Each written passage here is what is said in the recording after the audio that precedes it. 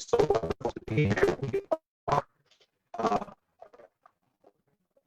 on our 59th installment of the Muslim Mondays on Yesharim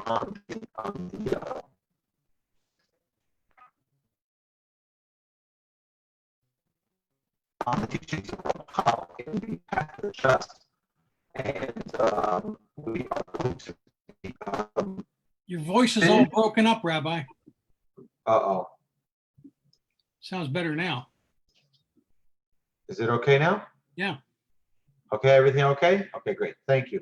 If anything happens, please let me know so that we can hopefully fix these issues. It's okay.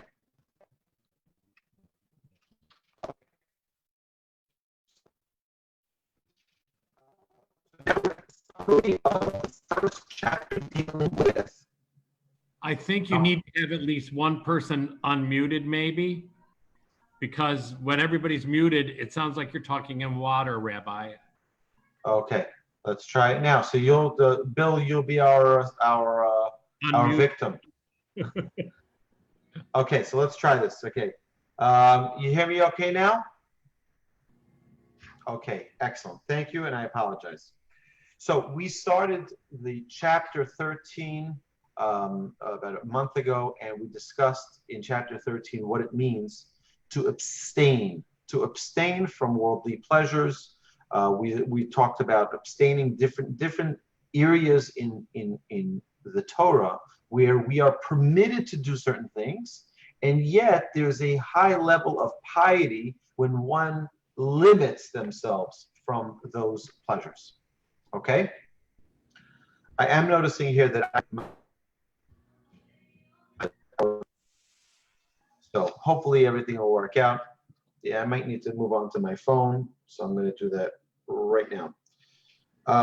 Okay, so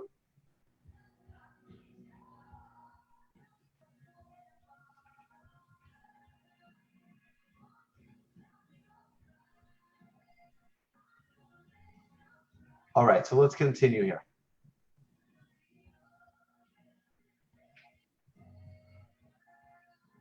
Hopefully it doesn't create a big reverb.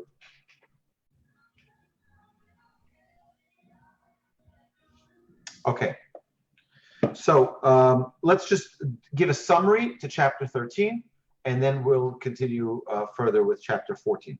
So the trait of Paresis, which we said is to abstain, begins a new stage in one's service of Hashem.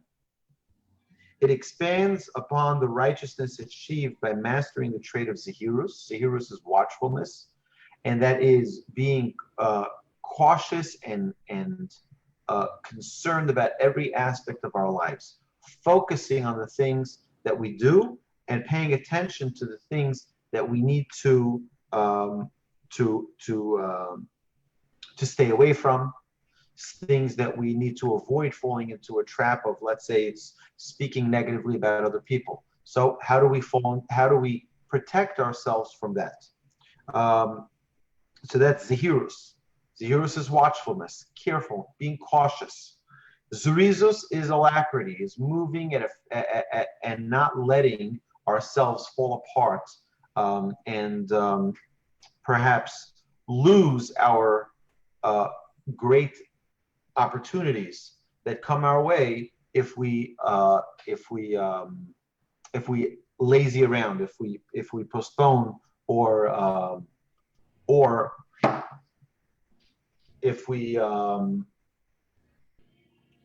push things off.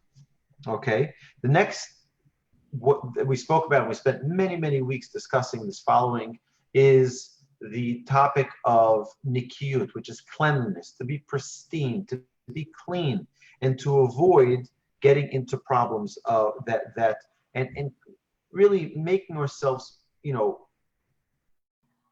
squeaky clean when it comes to spirituality. Okay, now these are all ideas we spent many weeks discussing.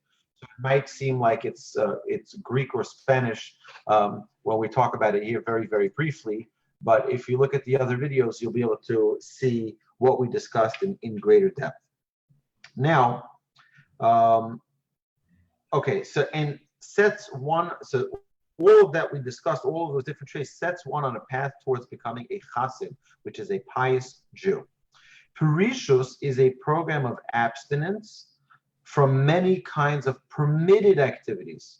Its purpose is to shield a person from becoming attached to the pleasures of the physical world, which, even when permissible, are liable to lead one to sin. However, Paresis applies only to activities that one may safely forego. To deprive oneself of things that are essential to his well-being is a distortion of Paresis. Meaning, if someone says, "Oh, you know what? You know what's going to make me holy? I'm going to stay away from food. You know what's going to make me holy? I'm going to stay away from marriage. You know what's going to make me holy?" No. These are all unholy activities. Now, we've established this numerous times that in other religions, they believe, look, we have this dilemma. What's the dilemma that we're facing in this world? We have either spirituality or physicality. Can you have them both? Can you have them both? So Judaism sees that you can have them both. However, the way to do it is you need to be spiritual, and then you need to elevate your physical. But you can't be immersed in both a physical and a spiritual world. You can't be indulging in the physical world of materialism, in riches, in money, in all of these things, and also be pursuing full-time spirituality. It's one or the other. So our goal is to pursue spirituality and then take all of our physical aspects of the world and elevate them and make them spiritual. So when we eat, we don't eat because we would just want to, indulge in food, in good food. No, we change the reasons we eat. We eat good foods. You're supposed to eat good foods, right? Shabbos every week is a mitzvah to buy prime ribs, right? Or whatever foods you find as your favorite foods. Good kosher steak. Go enjoy it. And you know what God says? If you can't afford it, put it on me. Put it on my tab. I'll pay for it. Levu alay v'ani poreya. Right? Borrow on me and I'll pay for it. God wants us to enjoy. That's Judaism. But let's take that physical and elevate it. Let's make it spiritual. You know why I'm eating? So I can serve God. I'm eating so that I can have energy to continue learning, so that I can be on the next Muster Monday, and I can learn, and I can focus, and I can concentrate. So while it's the same food, it's for a different reason. And what that does is it elevates the eating. It elevates. So any pleasure a person has, go on vacation, no problem. But there are two reasons you can go on vacation. You can go on vacation because you're running away from life, or you go on vacation because you're re-energizing to get back into life. It's the same vacation, two different purposes. One is to make you holy, right? One is you're using it as a tool to elevate yourself, and the other is to run away from life. I don't want to see anybody. I don't want to know anybody, right? Okay. So what Paresis is limiting ourselves from what we are okay with. Limiting ourselves, not with the things that are essentials, not limiting ourselves from food so that we're unhealthy, not limiting ourselves. Now, we need to very, very quickly distinguish. This is something we mentioned numerous times, but it's something that we need to quickly establish and have very, very clear. And that is, we cannot mistake Judaism with Christianity. We've established this previously. Judaism is to elevate the physical to a status of spiritual. Christianity says no, it's one or the other. You can't elevate anything, right? If you want to be spiritual, you can't get married because then you have to have a physical relationship with a woman. No, it's going to pull you down, right? You can't have both. It's incorrect in Judaism. In Judaism, a Kohen, the high priest, had to always be married. In fact, he was married to two women because if one died, he'd still be married because he couldn't not be married. You understand? You have to always be in a state of elevating the physical. It's also interesting that you're not allowed to be a rabbi, halachically, if you're not married, right? Interesting side note, right? Many reasons for that, especially, particularly a melamed tenokot, someone who teaches young children. Why? It's very obvious, right? Who's going to come check on their little children? The mothers. You say, oh, nice, cute little guy teaching my kids, right? That would be inappropriate, right? So he has to be married. So there shouldn't be a distraction there, right? It's an important thing. It's not a joke, right? In Judaism, we don't see anyone as being trusted when it comes to these matters. No one is trusted, not a rabbi, right? Nobody is trusted when it comes to matters of infidelity. Nobody. Okay? There's no one trusted. That you have to know that, which is why we have to use extra precaution to protect ourselves. Those of you who know, in our Torch Center, our amazingly gorgeous Torch Center, which we all miss so much, don't we? Right? We have windows in every room. And the reason we have windows is there's no privacy. Rabbis don't meet with people privately. There's a window, and people outside can see what's going on inside, right? From room to room, from the lounge to the classroom, to the library, to the office, everything, there's a window. It's intentional, okay? It's intentional. We want to be extra cautious, right? That there is no, I had once a woman who said to me, I need to meet you with you, Rabbi, in private. I said, listen, I don't meet with women privately. You can either meet with me in my house when my wife is there, or you can meet me here at the center, right? We have, she says, no, it needs to be private. I said, then I can't meet with you. Find another rabbi. Can't help you. Okay, so just an interesting note, right? Now, knowing what we know today, wouldn't that help a little bit with the church if they had such policies? It would help a little bit. We wouldn't have over 800 cases of child molestation from the church only in the city of Philadelphia. Okay, that's just one city. Over 800 cases of child molestation from priests. Okay? Now, again, all human beings are vulnerable, so to speak, right? And the Torah warns us of this, and that's why there has to be a balanced way of living life. Okay? Just wanted to put that in as a side note. So we understand that Judaism is all about balance. We have to balance spiritual and physical. You can't deprive yourself of the essentials. Okay, although this trait is valuable for anyone, neither the Torah nor the sages mandated it as an absolute requirement, because not everyone is able to live up to its demands. Okay, so there's no absolute requirement on this trait that we're talking about of abstinence, of limiting oneself in physical indulgence. There's no, you want to eat like a pig, go right ahead. As long as it's kosher food, as long as you say a blessing first, it's fine. If you want to get to a level of piety, you're going to need to learn to limit yourself a little bit. Okay? We discussed this. It's interesting because, over the years, I've seen and heard of many different customs that many of the great sages would do. Among them would be that the rabbis would leave over a little bite on their plate. Their last bite they would leave over on the side of their plate. I was like, oh, what's that, right? But now I understand that after learning the last chapter together, I was like, oh, I got it. Now I understand. Right? Is just one level of letting go of this physical world. One little bit of letting go. Not being completely immersed in a physical world. Okay?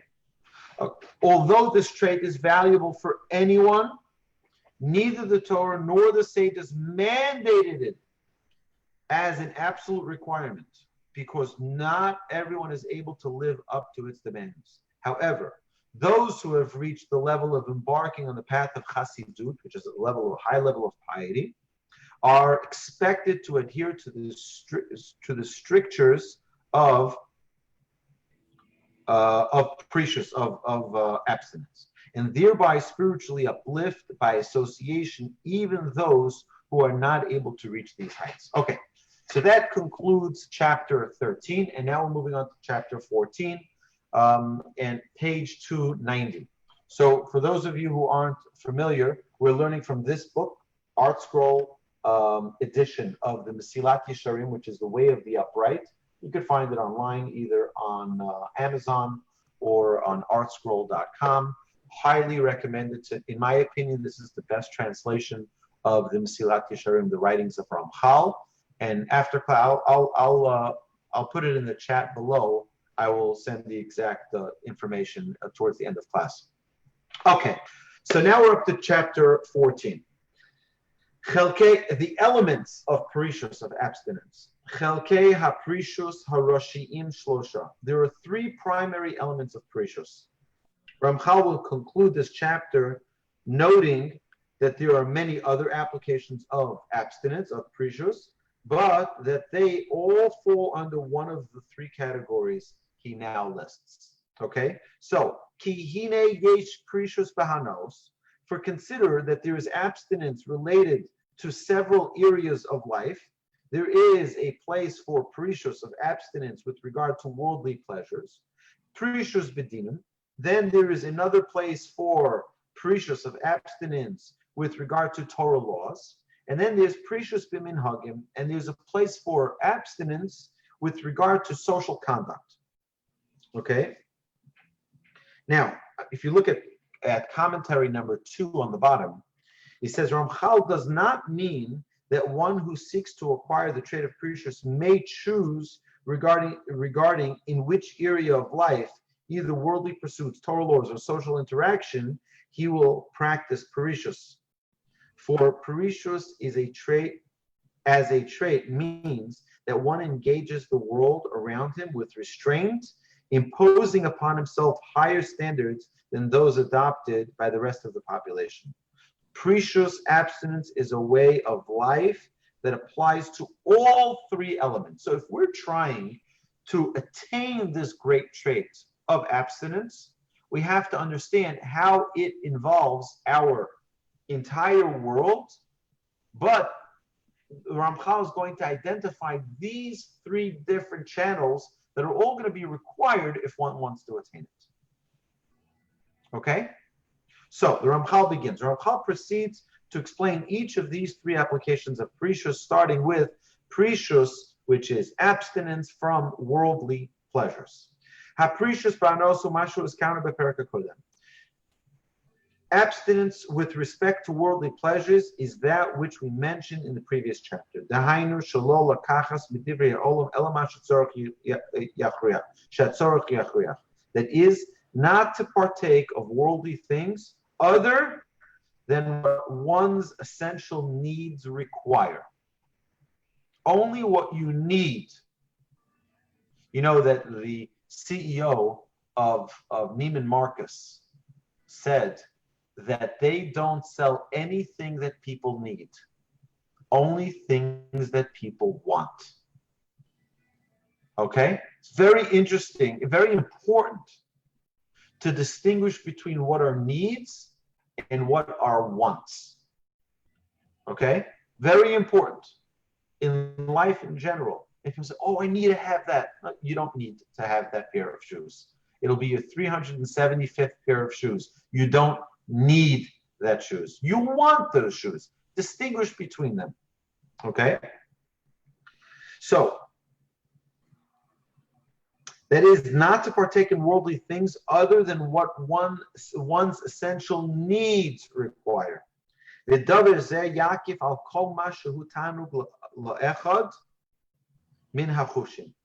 aspect of abstinence encompasses everything that is a source of pleasure to any one of the senses. So any form of pleasure, whether it's something that you smell, perfume, whether it's something that you eat, whether it's something that you feel, whether it's something that you, right? Any one of the senses,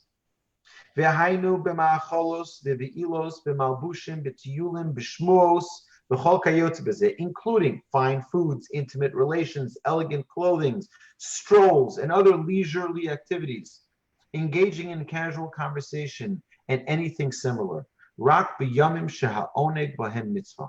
One who practices precious abstinence does not indulge in unnecessary pleasurable activities except on days when enjoyment of such activities is a mitzvah, like Shabbos and Yom Tov, right? So precious would be, I'll give you an example.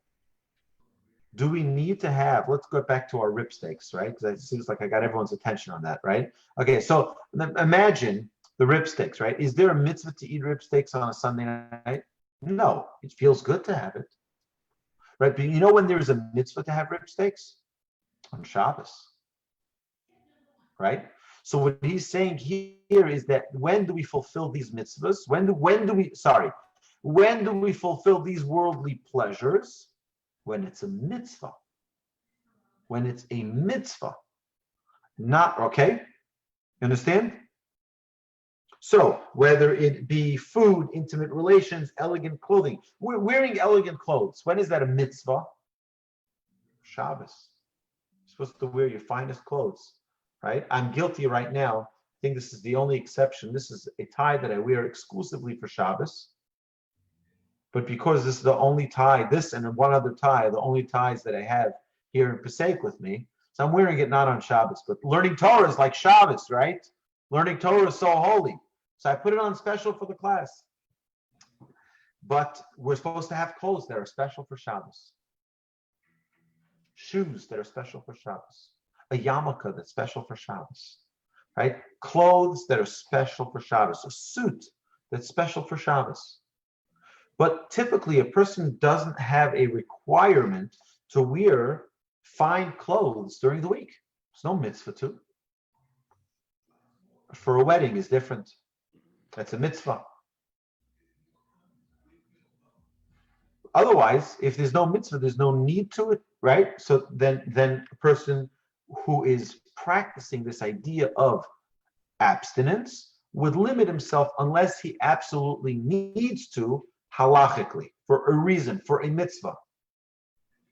Okay, we're good so far? Okay, next. Ramchal now explains how abstinence can be applied to Torah laws. So this is the second area. First area we said was pleasures. Pleasures we understand. When it's a mitzvah, we fulfill it. When it's not a mitzvah, right, those pleasures, we can hold back on it if we want to get to that level of piety.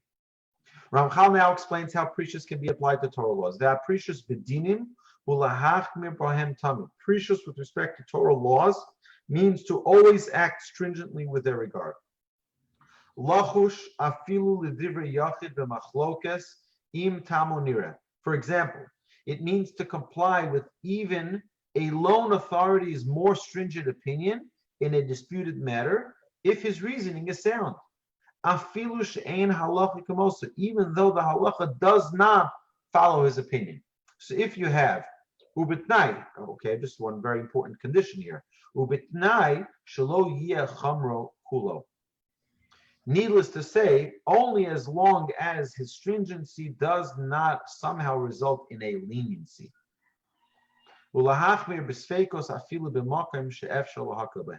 Also, precious abstinence regarding Torah laws means to act stringently in doubtful cases, even in a situation where one may in fact be lenient. So let's give an example. So let's say that we have in halacha, we have many different opinions of what is, for example, the right way to wash your hands.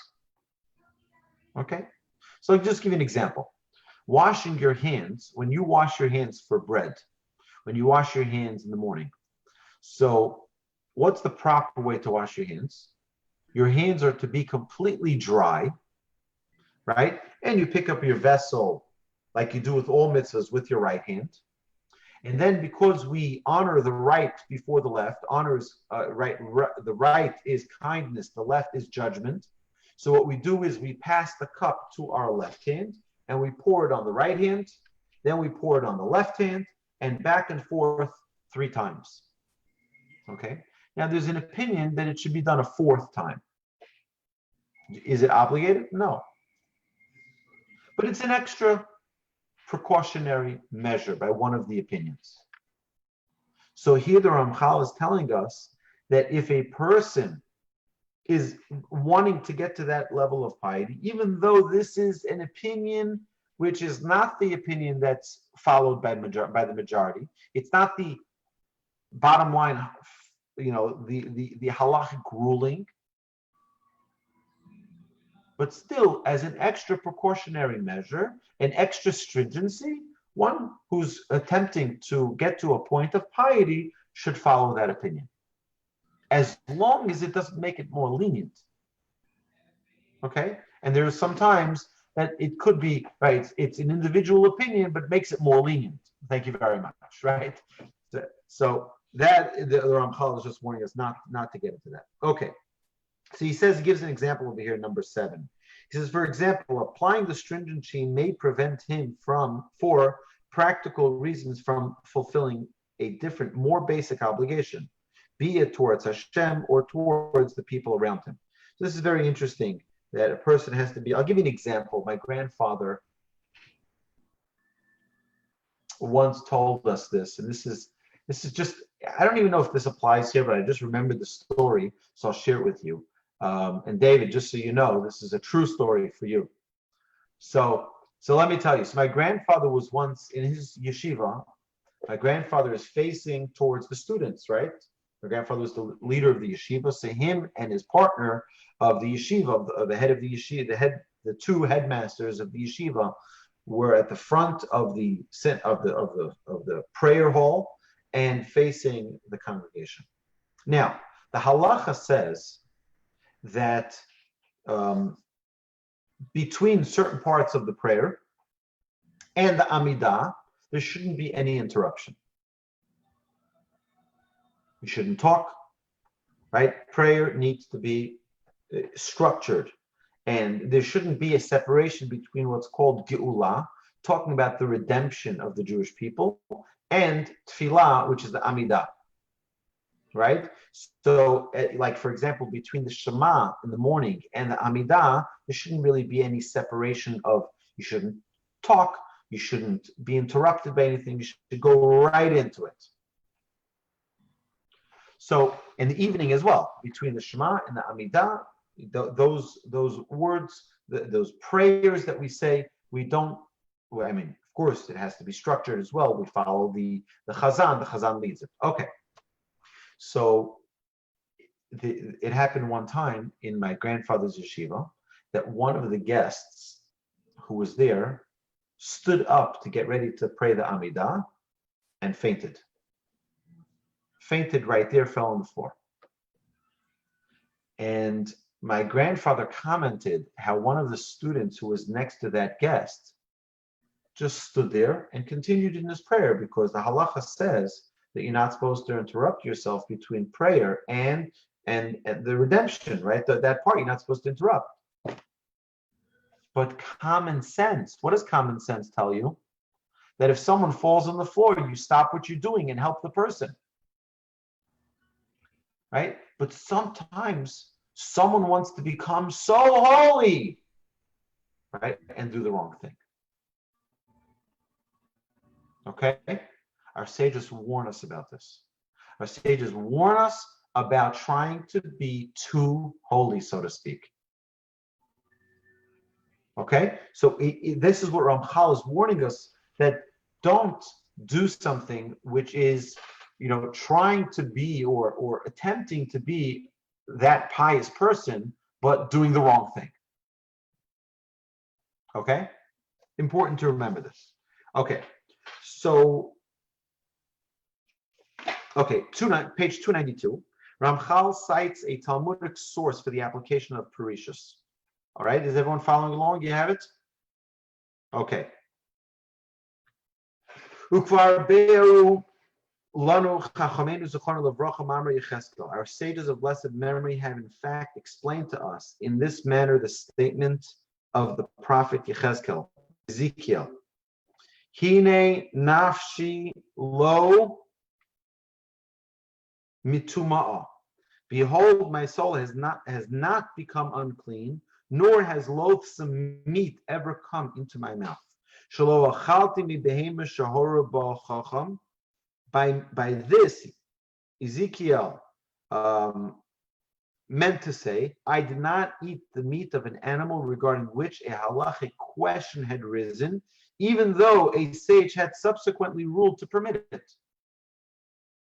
I don't know if I told you the story that when I was in yeshiva, living here in New York, right. So I was staying in yeshiva. I would come home for Shabbos.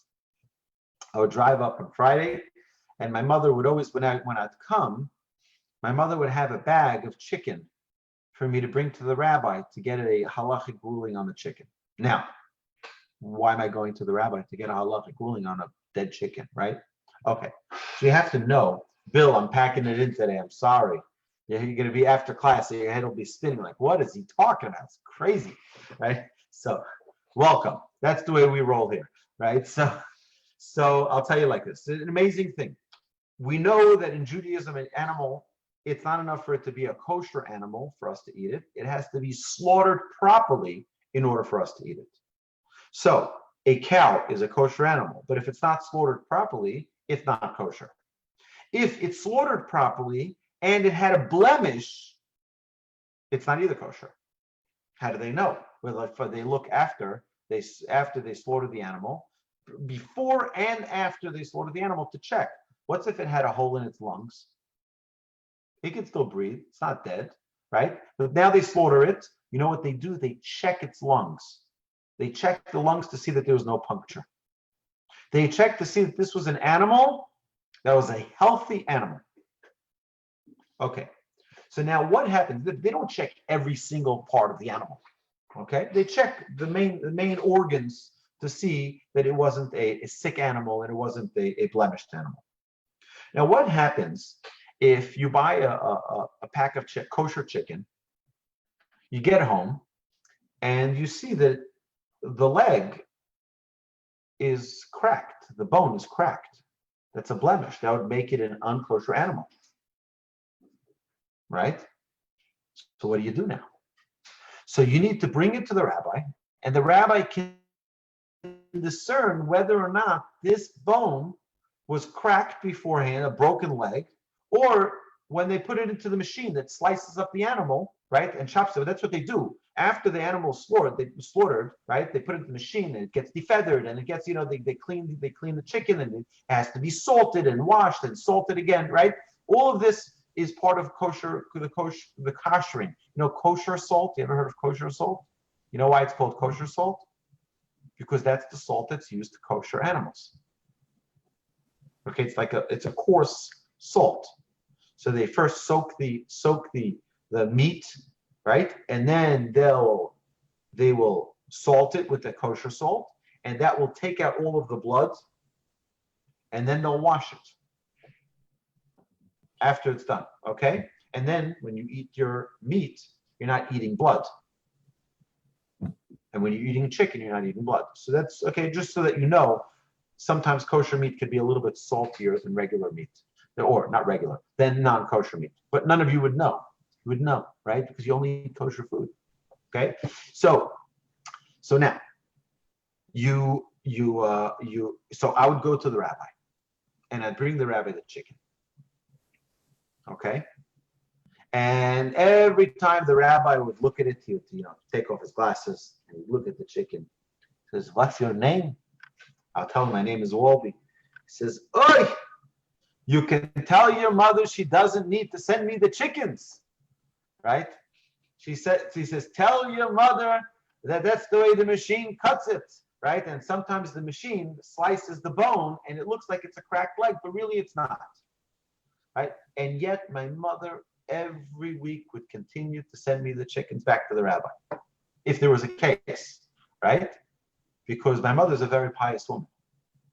A very pious woman. Right? Now many times she'd say, even though the rabbi said it's okay, we're not gonna cook it. Right? It looks problematic to me. Right? But the rabbi ruled it was okay. Still, it's pious. Okay, that's pious. It's a level of pious. Now, we have to discuss the other. There's the idea, not the idea. There's the mitzvah in the Torah not to waste, right? Recycling isn't a modern day invention, right? Recycling and not wasting is a Jewish law in the Torah. We don't waste food.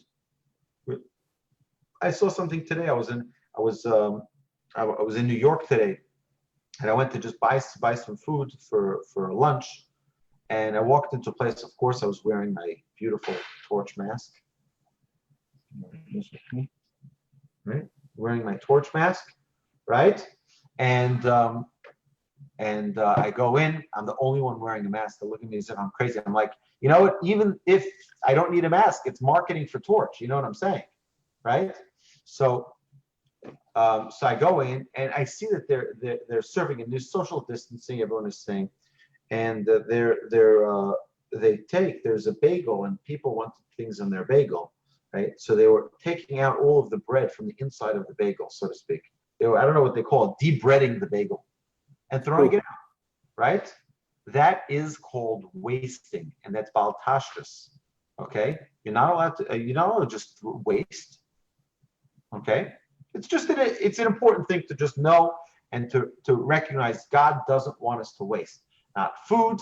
God doesn't want us to waste electricity. God doesn't want us to waste gas in our car, right? Don't leave the car running. When you turn it off, you say you're sitting in front of someone's house and you're schmoozing with them. Turn the engine off. Save a little bit of gas. You're not wasting. Wasting is a prohibition in the Torah. Just to let you know. Okay. So where are we holding here? Oh, so Ezekiel says, I didn't enjoy from any meat that there was even a question about. Okay? If there was any question that arose from that meat, it wouldn't come into my mouth. Okay? Even though a sage had subsequently ruled to permit it. Nor have I eaten the meat of an animal about which people would exclaim, slaughter, slaughter quickly. An animal that was slaughtered when it was close to dying, right? So sometimes, right, the threshold of an animal remaining kosher is very, very small. So they say quickly slaughter it before it becomes unkosher. Either it'll die itself, or it'll have some broken limb. It's getting old. Slaughter it quickly while it's kosher, right?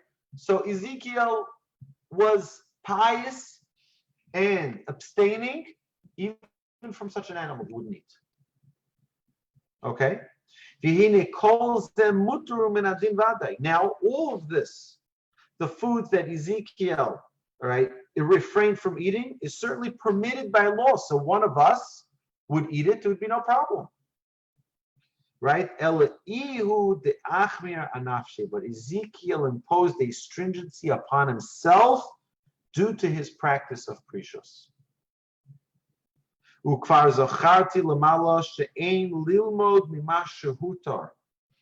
I'll call Yisrael Laprushin. And I already mentioned earlier in chapter 13, last chapter, regarding permissible pleasures. We must not conclude from the fact that something is permitted to all of the Israelites that the same lenient standards should apply to those who are abstainers. For Perushan, pious people who abstain, due to their desire for closeness to Hashem, ought to distance themselves from the unseemly and from anything like it. Umin hadome ladome, and even from something that is remotely like it. Okay, so we see here that Ezekiel wanted to live on a higher level, and therefore he lived at a standard of abstinence, where he was staying away from things he didn't absolutely need to. If it wasn't 1,000,000%, you know what, the rabbi said it was okay. You know what, it's not for me. I want perfect. Right? You ever heard of glatt kosher? What is glatt? In Hebrew, glatt, I believe, is in Yiddish. But you know what they call it in Hebrew? It's called chalak, which means There's no questions, no doubts. There are others who say, well, we can be a little bit lenient, we can find a way. No, I don't want any leniencies. Right? Give me the most stringent, highest level. And that's what a pious person is looking for. Another example of precious regarding Torah laws, likewise Mar Ukva, one of the great sages of the Talmud, in Chulin, in the tractate of Chulin 105a, says as follows: Ano behai milso chalo bar chamra legabe abba. With respect to the following matter, I am compared to my father, vinegar, the son of wine. What is he talking about? Right? So that is, my level of piety in this matter can be compared to wine that soured and became vinegar. Just as vinegar is inferior to the wine from which it is derived, so too I am inferior to the piety of my father. Okay, what did he say? The ilu abba kad achal bisrod hoidna. For my father, if he were to eat meat now, lo hava ochel gevino ad lemachar ki hashta. He would not, if he ate meat now, he would not eat cheese until the same time tomorrow, until after 24 hours have elapsed. We know that how much time we need to wait? 6 hours, right? 6 hours between meat and milk, right? Here he says, Mar Ukva's father, 24 hours he would wait. Anna, whereas I, Mar Ukva says, if it is only with this meal in which I ate meat that I do not eat cheese. But with the next meal, I'd already eat cheese. Meaning, if I ate meat by lunch, I can eat cheese by dinner. Right? Mar Ukva himself found the basic law, which requires that after eating meat, one should wait until the next meal before eating cheese. The time that must elapse between the meals is a subject of dispute among authorities and is given to various customs. But certainly no more than 6 hours are required. Mar Ukva's father, however, acted stringently and would wait 24 hours before eating cheese.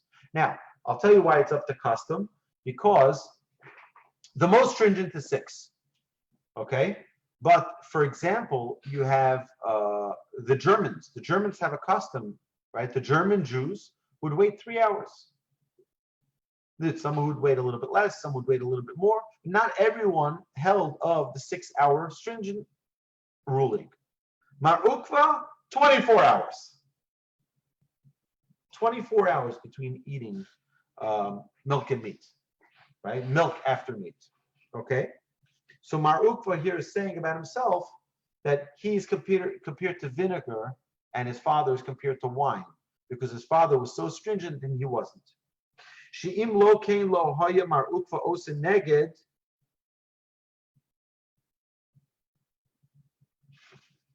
zeh. So he says like this. Now, certainly the halachic ruling is not as his father acted. For otherwise, Mar Ukva certainly would not have acted against this halacha.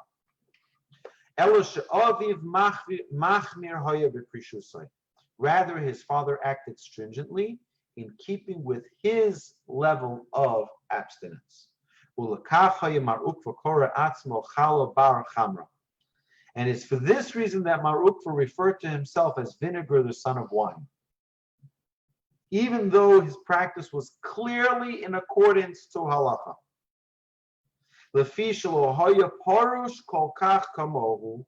For he was lamenting the fact that he was not a practitioner of precious of abstinence in the same degree that his father was. Ramchal now discusses the third category of precious, and that is social interaction. And he says as follows: Vehaprishus b'minhagim hu isbodudus vehahibadel min hachevra hamedinis. Precious, abstinence regarding social conduct consists of secluding and separating oneself from broader society.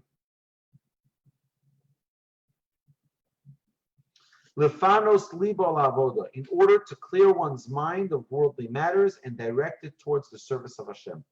V'ha'isponenus bo koroi, and toward the proper contemplation of this service. So what does seclusion mean? What does it mean to seclude yourself? So if you look at commentary number 16, he says as follows. Seclusion means to physically seclude oneself, avoiding unnecessary social interaction. Separating oneself from society may refer to not being interested in worldly affairs, even while secluded, so as to focus on spiritual matters. Thus, number 17, aside from preventing interpersonal offenses and other sins, not calling people names, not offending people, not insulting people, right? Not talking negatively about other people, all of those things that may be a result will be avoided because I'm not involved with the people, right? Minimizing social activity has a positive purpose. It frees one's time and mind to concentrate on more exalted pursuits. It's an amazing thing. That if a person, that's why it might be a worthwhile activity for one to limit the exposure that we have from news and media, and because a lot of time could be wasted. A lot of time could be wasted when a person is busy all the time with absorbing news on Twitter, on Facebook, on Instagram, following all of the different political candidates and the election, and all of these things might be exciting. But is it possible that this is taking us and distracting us from our ability to connect to Hashem? And again, I'm not talking to all of you. I'm talking to myself, right? That we need to limit ourselves. We need to limit ourselves to allow ourselves the time to focus on our own spirituality and not be immersed in a world that doesn't give us the opportunity and the frame of mind to connect to the Almighty. Is it clear? Bill, you're good with this? I can't hear you. Yes, this is. Oh, excellent. So I want to share with you. What's that? There's a lot there. There's a lot. Okay, good. And I haven't, I don't have the book yet or any of that. So I want to share with you an amazing thing. They say that what is humility? Humility is when a person just deflates themselves a little bit, right? So I'll give you an example of what it means to be humble. So this guy is driving a truck, and he's about to get on the bridge. And before you go on the bridge, it gives you the height of the bridge, the clearance of the bridge. So he says, my truck is 20 feet high. And the sign says 20 feet high. So he says, you see, I can make it because it's 20 feet high. I can do it. It's really 20 and a half that they're going to make it, but they make it for precautionary measures. They write 20.